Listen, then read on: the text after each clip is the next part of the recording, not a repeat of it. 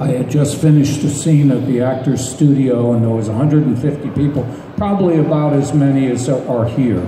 And there's a moderator who sits in a chair in the front. And at the end of your scene work at the actor's studio, the moderator critiques what you did and asks you questions. And this particular day, the moderator said to me, "How's your career going, Tobin?" And I said, "Well, I'm doing scene work here, and I'm doing some plays off Broadway." And she said, "No, those are jobs. I'm talking about your career.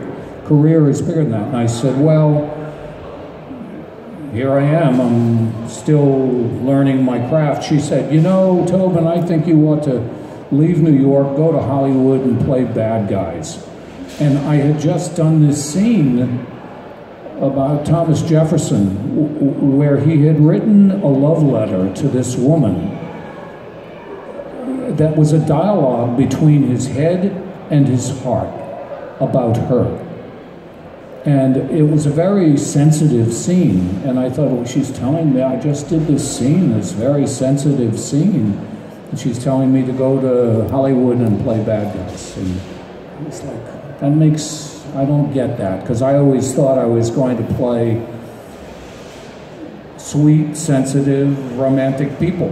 And so I went to my agent that afternoon and I said, "You know what this woman said? She said I should go to Hollywood and play bad guys." And he said, "You know, that might not be a bad idea." And so it kind of took off from there. And I did Mississippi Burning shortly after that, down in the Deep South. And that was 1986, somewhere around there. I wasn't a bad guy in Mississippi Burning, but I was a power guy, and I generally have always played power guys on one side of the law or the other side. And the only difference between the two is that one guy wears a badge and the other guy doesn't. Yeah, talking about your different characters, I mean, you're most famous for playing in John Kramer, aka Jigsaw, but I actually heard that you are no fan of horror films yourself, and that kind of makes me curious, because when portraying a character, I believe you have to make the character justice. And how do you prepare yourself, and how do you defend a person like John?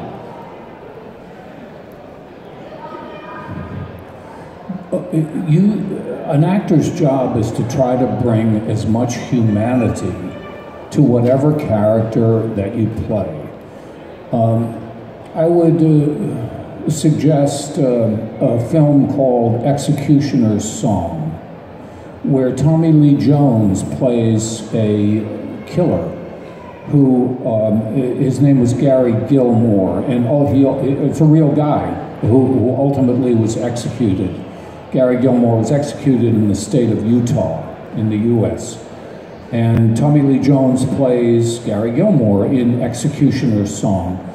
Well, Tommy Lee Jones gives you a window into what Gary Gilmore is all about, what drives him, how did he become the way he became? What was his childhood like? Basically that's what actors do. People don't hire me to do exactly what's on the page. You have to, you turn it into flesh and blood. You turn it into something. I always try to stay on my own character's side, because the events of the script will play out. If, depending on what the person does, you'll see what the person does. But my job is to bring humanity to that person and make him the most interesting individual that he can be. And that's what an actor's job is. An actor's job is not to portray what it says on the page. An actor's job is to help the viewer to realize, oh, I get that. If you can make people for 1 second identify with where the character is coming from, no matter how bad he is, because none of us are all bad or all good. So, you know, the whole idea of, I mean, even the use of the word bad guy, I mean, I don't get that, because most bad guys don't view themselves as bad. You know, most of the bad guys that I have ever met, the, in quotes, real bad guys, they view themselves as left out, disenfranchised, unpopular, and it drives them into a way of behaving where they can win. It all becomes about winning. And so playing bad guys is in some way more interesting than good guys. Yeah, and I know that you know your character the best, of course, because you portrayed him. And I also heard that from Saw 2, the second movie, you rewrite almost all the dialogue for John Kramer when you get the script. Is that really true? If it needs it. If something is well written, it doesn't need to be changed in any way. I remember working with Donnie Wahlberg in Saw 2, and we were working on the script, and we had some time. We had a week before we actually had to shoot anything, and I sat with Donnie, and we went over the scenes, and we went over them on the set. I don't know if you remember Saw 2. How many people saw Saw 2? Yeah. Okay. Well, John Kramer is in this room that looks like his kitchen. Well, it's his kitchen, but it's not his kitchen. It's a service elevator. Oh, sorry if you haven't seen the film. But it's fascinating, and so we were actually I was working on the set with Donnie before we ever even began, and we would go through the scene, and Donnie would say to me, I wouldn't say that. And I said, well, what would you say? And so he'd sort of, and we would work on it that way, and the dialogue kept getting better and better, because he comes back into that room 7 times from the monitor room, which we call the monitor room, where the cops are, comes back into where I am, I think 6 or 7 times. And those scenes had to be filled with tension, had to be cat and mouse. And so Donnie helped a lot in terms of us filling those scenes with as much tension as we could fill them with. After all, you've got a Saw movie and you've got 2 guys across a table. Not exactly action, you know, but those scenes were pretty potent scenes. And I like Saw 2 a lot, because you found out what was going through John Kramer's mind in Saw 1. What motivated him, what drove him to do what he does. While we're talking about rewriting the script, I heard that you almost began filming Saw 3 while you were still working out what to say and John's relationship with Amanda. So that makes me curious. Did you find the time to solve these issues the way you wanted, or do you have to go with the best suggestion at the time to start the production? Shawnee Smith, who plays Amanda, was hugely helpful in Saw 3. We did the same thing in Saw 3 as we did in Saw 2. We tried to, very often writers know where they want to go, but they don't quite know how to get there.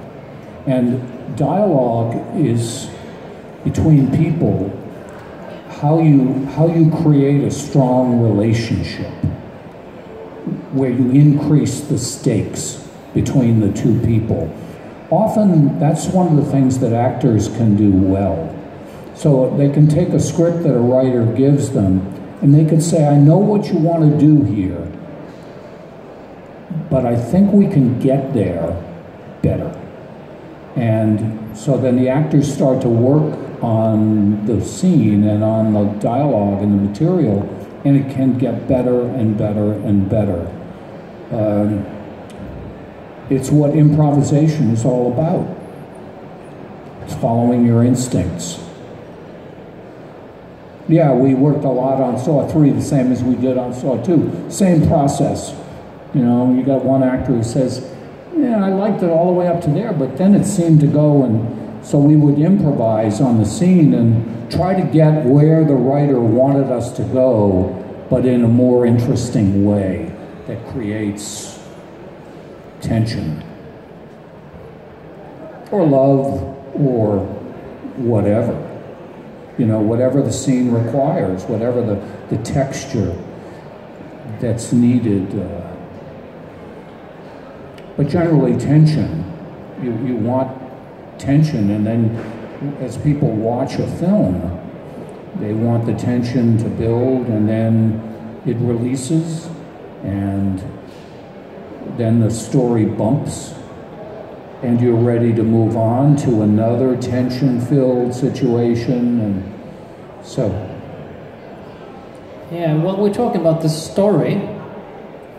I know that, although I heard that you're actually up for another Saw film, if it's are to be produced, and I heard that you even have some ideas in terms of where you like the story to go. Are you allowed to talk about these? Which part? The next part, the one with your, or where the story could go. I guess we're not supposed to talk about it. I don't have any idea, to be honest with you. I can tell you that there is talk about doing another Saw film. But I believe these things when, I'm on the set. When I'm there and I'm working, and then I say, oh, I guess this is really happening, because sometimes in Hollywood, a lot of things get talked about and don't materialize. So, but I've heard that they're talking about it, and I hope they will do another one. And as far as the storyline goes, there are writers, and I always wait to see what they've come up with, and then we go from there, and I can make suggestions and come up with ideas. Some of my ideas are good, some of them suck.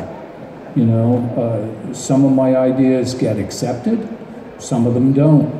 It's like every other job that you do, whether you work in an insurance agency or as a police officer or whatever, you win some, you lose some. So I always just try to do my best to keep John Kramer interesting and vital. Do you have any question from the audience, or shall I continue? We have a question over there. Just shout out.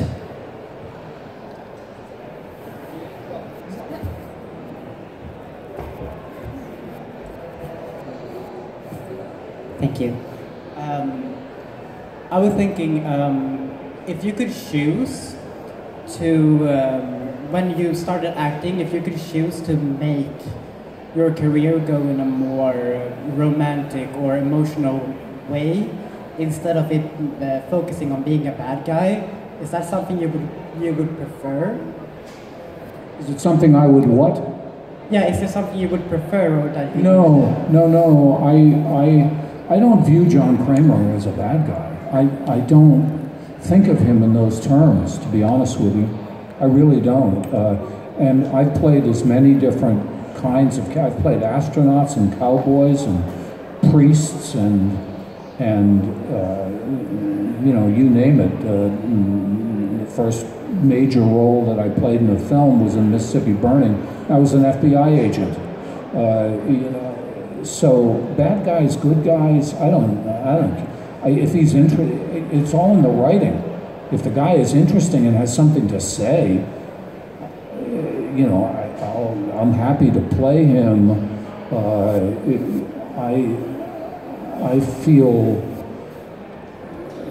like I said, I don't think that we're all good or we're all bad. We all have these conflicts going on inside us and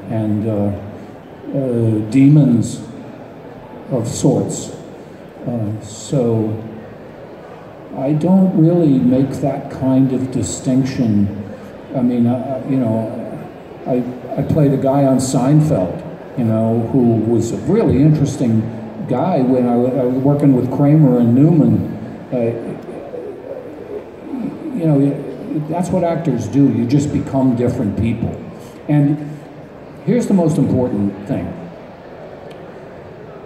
The day that I went back to my agent and said, that woman said I should go to Hollywood and play bad guys. He said, you know, that's not a bad idea, Tobin. I said, okay. I thought he was going to say, oh, well, she's crazy, you know, but he didn't. He said, that's not a bad idea. And then he said, you know, and I don't know if any of you aspire to being actors or anything, he said, if you can get them to see you as anything, that's half the battle. So if they see you as a bad guy, good. Or if they see you as a bimbo, good. If they see you as the girl next door, good. Because they've got to see you as something to get your foot in the door. And once you get your foot in the door, then it's like, you know, if Eric Clapton wants to start, and some of you are too young to know who Eric Clapton is, but if Eric Clapton wants to stop playing a particular kind of guitar and play a different kind of guitar, it's up to him to do it. If I want to play, you know, a gay nightclub owner who dances, then it's up to me to do it. But they've seen me as something. Basically, they see me as a guy with power. I played cowboys with power, FBI agents with power, good guys with power. I played bad guys with power. I'm not the guy next door, generally, unless you put a flannel shirt on me.